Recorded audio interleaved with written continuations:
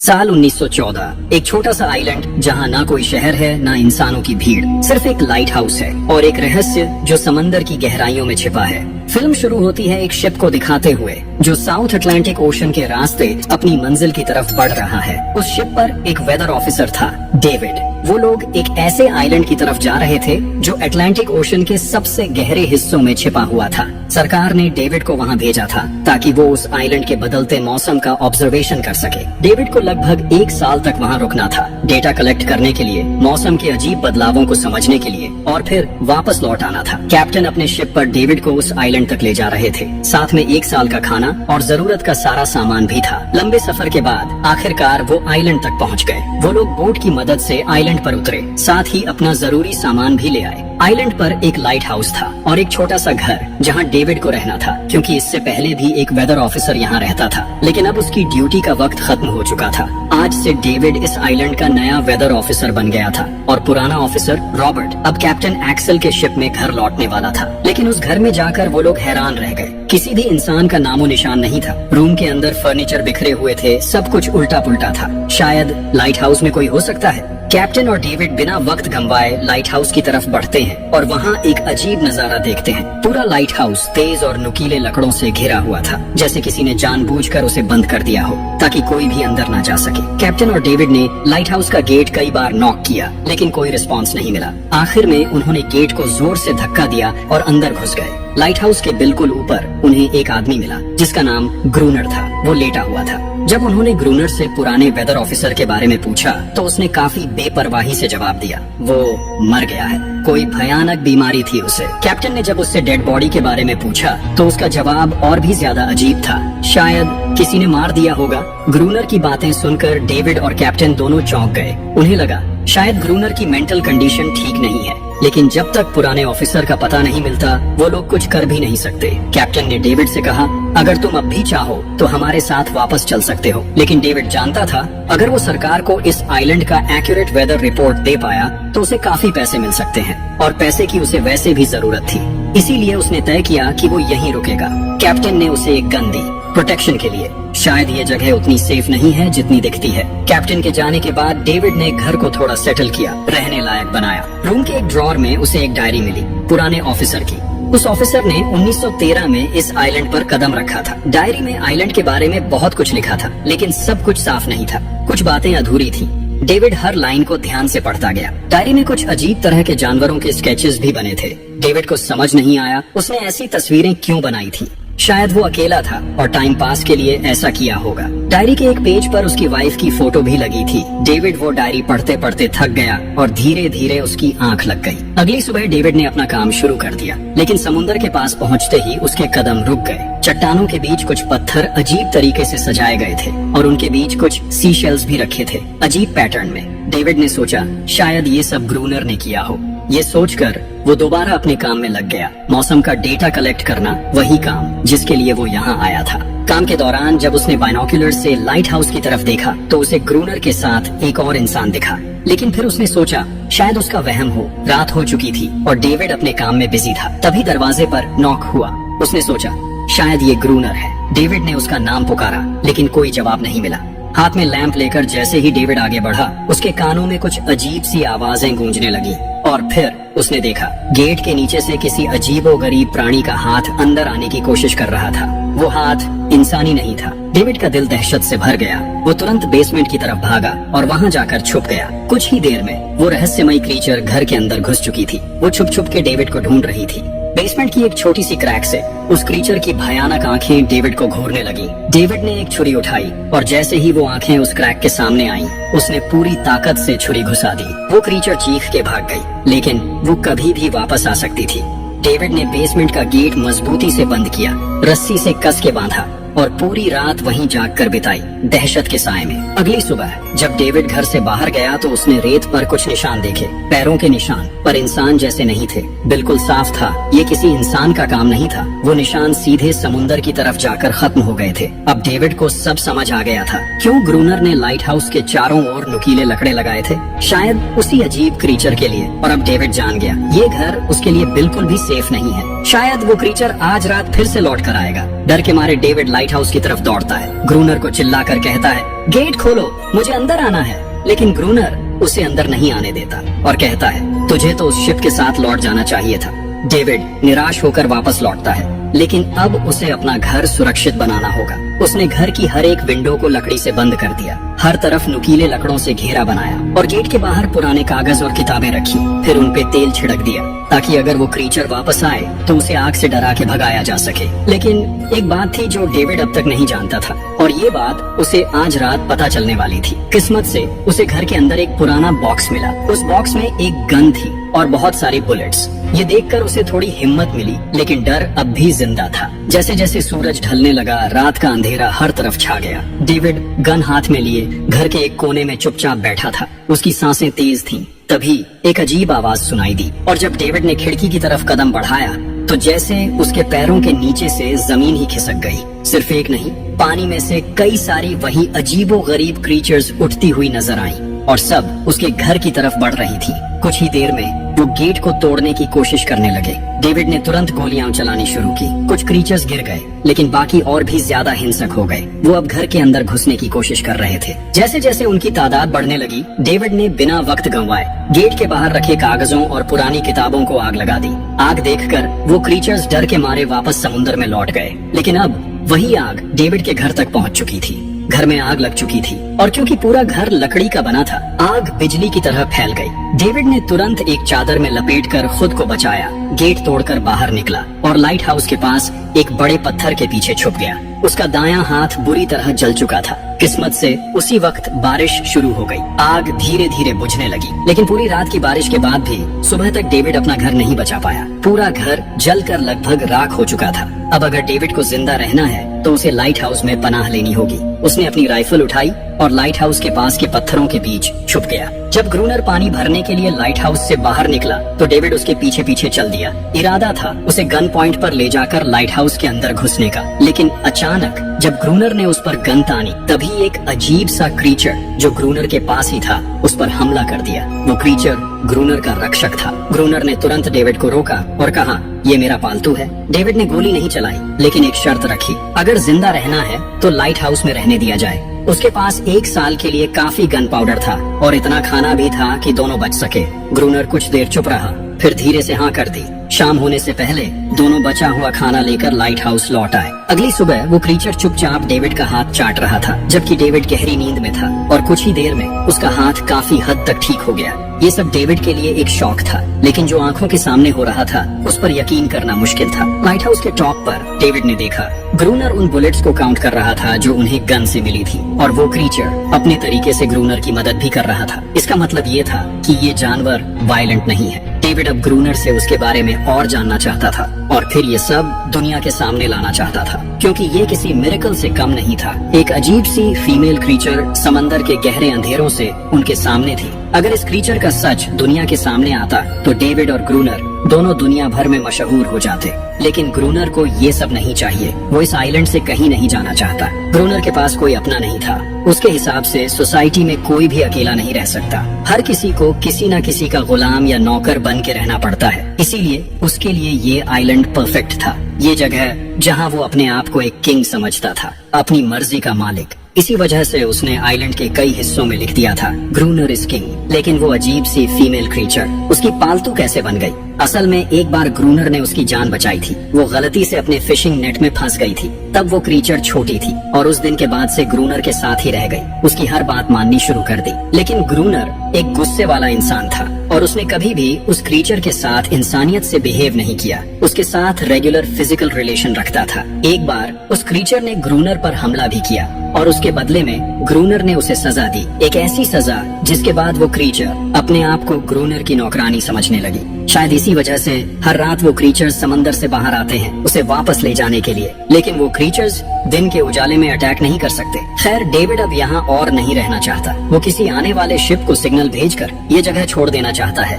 लेकिन ये काम इतना आसान नहीं था। ग्रूनर का कहना था कोई भी शिप इस आइलैंड तक नहीं आती। लेकिन डेविड उसकी बात पर विश्वास नहीं करता। उसे यहाँ रहना अब बिल्कुल भी अच्छा नहीं लग रहा। उसे यहाँ घुटन सी महसूस हो रही है। वो जल्दी से जल्दी ये जगह छोड़ना चाहता है। शाम होने लगी है। ग्रूनर उसे कहता है गन लेकर रेडी हो जा, क्योंकि वो क्रीचर्स कभी भी हमला कर सकते हैं। वो लाइट हाउस की लाइट ऑन करने के लिए तैयार हो जाते हैं और कुछ ही देर में समंदर से एक बड़ी तादाद में क्रीचर्स निकलकर बाहर आते हैं। वो लाइट हाउस की तरफ बढ़ते जा रहे हैं। ग्रूनर उन पर लगातार फायर करता जा रहा था, लेकिन डेविड पूरी तरह से डर गया था। वो लाइट हाउस के अंदर की तरफ पीछे हटने लगा। ग्रूनर के बार बार कहने के बाद भी वो बस एक कोने में चुपचाप बैठा रहा और कुछ ही देर में डेविड बेहोश हो गया। ग्रूनर अकेला उन क्रीचर्स से लड़ता रहा। अगली सुबह ग्रूनर ने गुस्से में उसे उठाया और कहा, अगर तुझे लाइट हाउस में रहना है तो मेरी हर बात माननी पड़ेगी। रोजाना पानी भर के लाना, लाइट हाउस के छोटे बड़े काम करना और रात को उसके साथ गार्ड ड्यूटी भी देना। चाहे डेविड चाहे या ना चाहे, ये सब करना उसके लिए मजबूरी बन गई थी। जिंदा रहने के लिए उसे लाइट हाउस में रहना ही पड़ेगा। डेविड अब ग्रूनर के सारे काम करने को तैयार था, लेकिन एक चीज थी जो उसे कभी पसंद नहीं आई। रोज रोज उस फीमेल क्रीचर को अलग अलग तरीकों से फिजिकली टॉर्चर करना। लेकिन जो इंसान सालों से सुनसान आइलैंड पे अकेला रह रहा हो, उसका मेंटल स्टेट थोड़ा बिगड़ना बनता है। डेविड भी कुछ ऐसा ही सोचता है। शायद ग्रूनर का दिमाग अब ठीक नहीं है, लेकिन फिर भी उसकी बात माननी पड़ती है। रात होती है। दोनों फिर से गार्ड ड्यूटी के लिए तैयार हो जाते हैं और एक बार फिर वो क्रीचर्स समंदर से निकलकर बाहर आते हैं। लेकिन आज डेविड को डर नहीं लग रहा। उसने फायर किया, पर आज ग्रूनर कुछ भी नहीं करता। वो डेविड को बाहर छोड़कर लाइट हाउस का गेट बंद कर देता है और खुद चुपचाप अंदर बैठ जाता है, ताकि डेविड खुद सीख सके कि इन क्रीचर्स से कैसे लड़ा जाता है, वरना वो लड़ते लड़ते मर जाएगा। डेविड चीख कर मदद मांगता है, लेकिन ग्रूनर उसकी मदद नहीं करता। इसी तरह लड़ते लड़ते वो रात कट जाती है और सुबह हो जाती है। सुबह ग्रूनर ने देखा डेविड लाइट हाउस के गेट के बाहर खून में लथपथ बैठा था। अब उसने सीख लिया था इन क्रीचर्स से कैसे लड़ना है। उसके अंदर का डर जा चुका था। इसी तरह वक्त गुजरता गया, रातों को उन क्रीचर्स से लड़ते हुए और दिन भर ग्रूनर के लाइट हाउस के काम संभालते हुए। ये आइलैंड अब उसके लिए एक बंद घर जैसा हो गया था। वो हर वक्त ये सोचता रहता कि कब ये जगह छोड़े, कब आजाद हो। समय के साथ साथ डेविड का उस फीमेल क्रीचर के साथ एक अजीब सी दोस्ती बन गई थी। डेविड को उसके लिए अब बुरा लगने लगा था। अब उसे समझ आया था कि अपने लोगों को छोड़कर अकेला रहना कितना मुश्किल होता है। शायद वो क्रीचर भी कुछ ऐसा ही महसूस करती थी।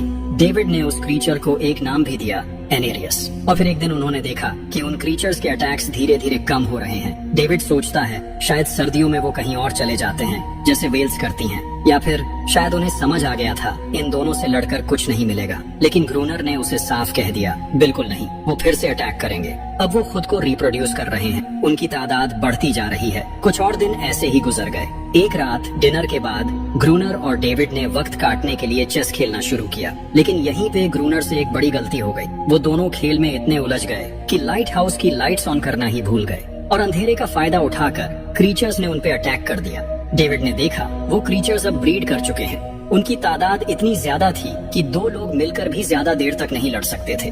गन्स के बुलेट्स भी ऑलमोस्ट खत्म हो चुके थे। किसी तरह बचते बचाते वो लाइट हाउस के टॉप तक पहुंच गए। लेकिन इस बीच ग्रूनर के पैर में गहरी चोट लग गई। वो क्रीचर्स लाइट हाउस में घुसने की कोशिश कर रहे हैं और डेविड और ग्रूनर को कहीं से भी बचने का रास्ता नजर नहीं आ रहा। उन्होंने हार मान ली, लेकिन खुशकिस्मती से सुबह हो गई थी। जैसे ही सूरज धीरे धीरे उभरता है, वो क्रीचर्स लाइट हाउस छोड़ के समुद्र में वापस चले जाते हैं। अनारियस ग्रूनर के जख्म को ठीक करने की कोशिश करती है, लेकिन अब तक डेविड को समझ आ चुका था कि वो इन क्रीचर्स के साथ ये लड़ाई जीत नहीं सकते। बुलेट्स भी अब खत्म होने के करीब हैं। उनके पास खाना भी इतना नहीं है कि ये ज्यादा देर तक चल सके। अगले दिन खुशकिस्मती से जब डेविड लाइट हाउस के बाहर इधर उधर घूम रहा था, उसने समुद्र में एक जहाज देखा।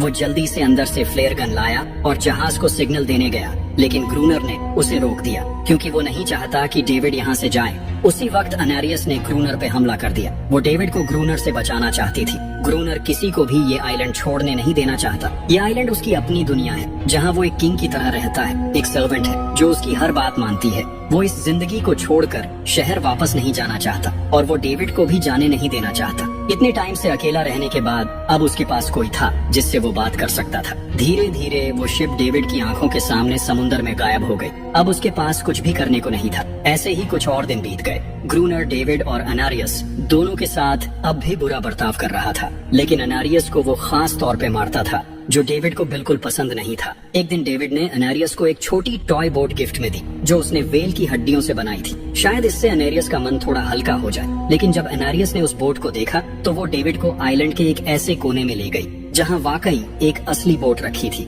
जब डेविड ने उस बोट के बारे में ग्रूनर से पूछा तो उसने कहा हाँ, उसे ऑलरेडी पता था कि आइलैंड के उस हिस्से में एक बोट है। कुछ महीने पहले एक आर्म्स स्मगलिंग शिप जो बहुत सारा गोला बारूद ले जा रही थी, समुंदर में आई तूफान की वजह से इसी आइलैंड के पास डूब गई थी। कुछ लोग इस आइलैंड तक बोट के थ्रू जिंदा पहुंच गए थे, लेकिन सुबह होने से पहले उनमें से कोई भी जिंदा नहीं बचा। सभी उस क्रीचर का शिकार बन गए। ये सब सुनते ही डेविड के दिमाग में एक प्लान आया। उनके पास एक डाइविंग सूट जैसा कुछ था। अगर उनमें से कोई उस सूट को पहनकर समुंदर के उस हिस्से में डाइव करे तो हो सकता है उन्हें कोई बुलेट्स या डायनामाइट मिल जाए जिससे उन मॉन्स्टर्स से लड़ना आसान हो जाए। लेकिन ग्रूनर ने इस बात से सीधा मना कर दिया। वो उस समुंदर के पास भी नहीं जाना चाहता था, पर डेविड अपनी जान के खतरे पर भी ये काम करने को तैयार था। कुछ और दिन इसी तरह गुजर गए। डेविड और एनारियस के बीच एक गहरा कनेक्शन बनने लगा।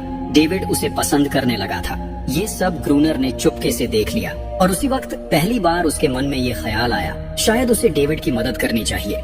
लेकिन ग्रूनर का असली इरादा कुछ और ही था। वो चाहता था कि डेविड उसकी मदद से समुंदर के नीचे रखे डायनामाइट के बॉक्सेस वापस सरफेस तक ले आए और उसके बाद उसे वही समुंदर में अकेला छोड़ दे ताकि वो क्रीचर्स उसे मार दें। इस तरह डायनामाइट भी उसके पास आ जाएगा और एनेरियस फिर से उसकी गुलाम बनकर रह जाएगी। दोनों उस जगह पहुंच गए। डेविड ने डाइविंग सूट पहना और समुंदर के नीचे उतर गया। शिप पूरी तरह तबाह हो चुकी थी, लेकिन किस्मत अच्छी थी, उन्हें कुछ डायनामाइट के बॉक्सेस मिल गए। तभी अचानक सामने आ गए वो क्रीचर। डेविड घबरा गया और गिर पड़ा। आयरन डाइविंग सूट इतना भारी था कि वो हिल भी नहीं पा रहा था। वो ग्रूनर को ऊपर सिग्नल भी नहीं भेज पाया। ग्रूनर को लगा कि शायद वो क्रीचर्स डेविड को मार चुके हैं, लेकिन असल में वहाँ सिर्फ 2 छोटे बच्चे थे। डेविड ने पानी के नीचे प्रेशर बनाया और अपना डाइविंग सूट वहीं छोड़ दिया। वो सरफेस तक खुद तैर कर आ गया। उन्हें वहाँ कुछ पुरानी बॉक्सेस मिले जिनमें डायनामाइट थे। उन्होंने लाइट हाउस के आसपास 2 लेयर्स में डायनामाइट बिछा दिया ताकि जब अगला हमला हो तो वो मॉन्स्टर्स को एक ही बार में खत्म कर सके।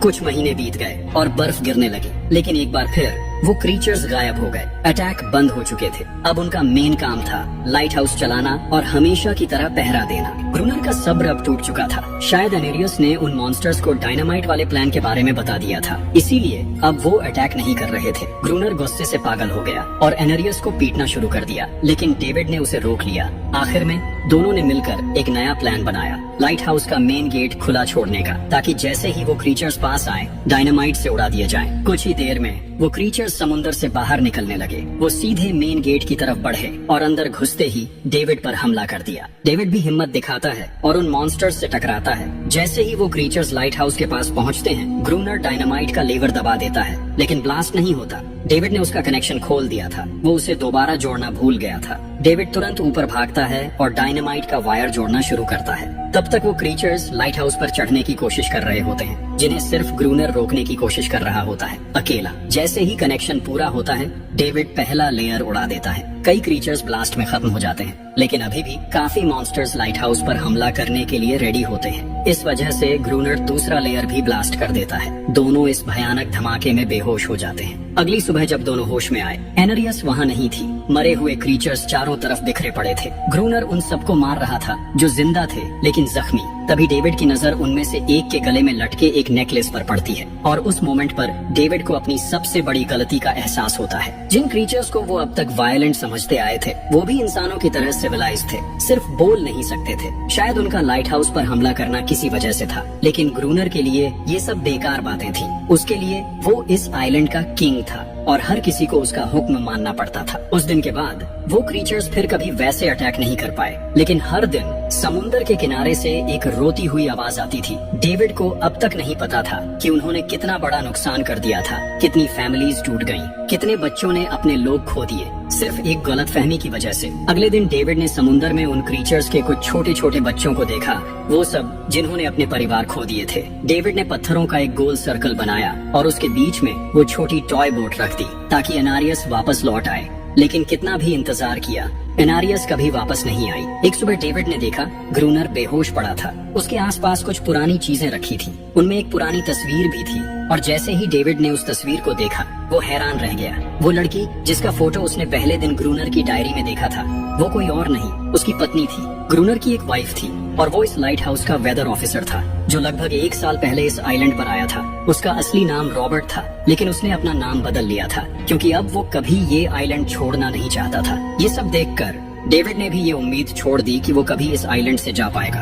अगले दिन शाम को जब डेविड समुंदर के किनारे गया, उसने देखा कि उस सर्कल में रखी छोटी बोट अब वहाँ नहीं थी, लेकिन उसी जगह पर उसने एक क्रीचर का छोटा सा बच्चा देखा जिसके हाथों में वो बोट थी। डेविड ने अपनी टॉर्च उस सर्कल के बीच में फेंक दी ताकि वो दिखाए कि उसका इरादा लड़ने का नहीं है, उसे किसी को चोट नहीं पहुंचानी, वो उनके साथ दोस्ती करना चाहता है। कुछ ही देर बाद समुंदर की लहरों से अनारियस निकलती है और उसके पीछे पूरा क्रीचर्स का ग्रुप भी समुंदर से उभर आता है। लेकिन इस बार कोई भी डेविड पर अटैक नहीं करता क्योंकि वो भी अब शांति चाहते हैं। उनका इरादा सिर्फ एक सेफ जगह पाने का था अपने बच्चों के लिए, जो हर एक जानवर करता है। उन्हें इस आइलैंड पे इंसानों की अचानक एंट्री बिल्कुल पसंद नहीं आई, इसलिए उन्होंने हर रात अटैक किया। लेकिन ये बात ग्रूनर को कौन समझाए, वो तो अब भी खुद को इस आइलैंड का किंग मानता है। ग्रूनर लाइट हाउस से बाहर आता है हाथ में बंदूक लेकर। डेविड उसे समझाने की कोशिश करता है ये क्रीचर्स लड़ना नहीं चाहते, ये शांति चाहते हैं, लेकिन ग्रूनर किसी की नहीं सुनता।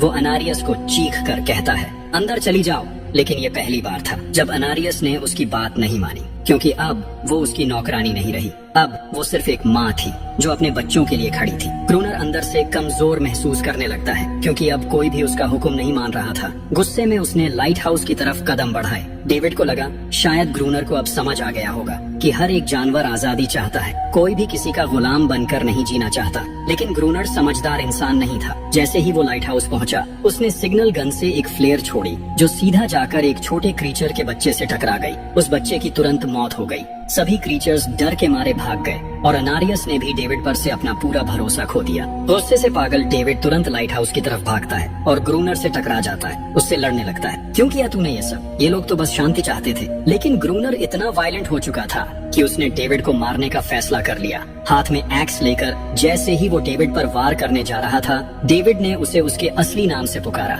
रॉबर्ट। ये सुनकर ग्रूनर एकदम रुक गया। असल में रॉबर्ट ऐसा इंसान कभी था ही नहीं। इस आइलैंड पर आने के बाद उसकी मेंटल स्टेट लगभग टूट चुकी थी। अकेलापन, अपनी वाइफ की मौत और गहरा डिप्रेशन, इन सब ने उसे ऐसा बना दिया था। वो असल में कोई किलर नहीं था, वो एक अच्छा इंसान था। वो क्रीचर्स कभी लड़ना नहीं चाहते थे, वो बस शांति चाहते थे। ग्रूनर ने उन्हें सिर्फ इसलिए मारा ताकि वो खुद को पावरफुल दिखा सके, और अब ग्रूनर को अपनी गलती का एहसास हो चुका था, इसलिए उसने खुद को उन क्रीचर्स के सामने सरेंडर कर दिया और कुछ ही पलों में उन्होंने उसे मार दिया।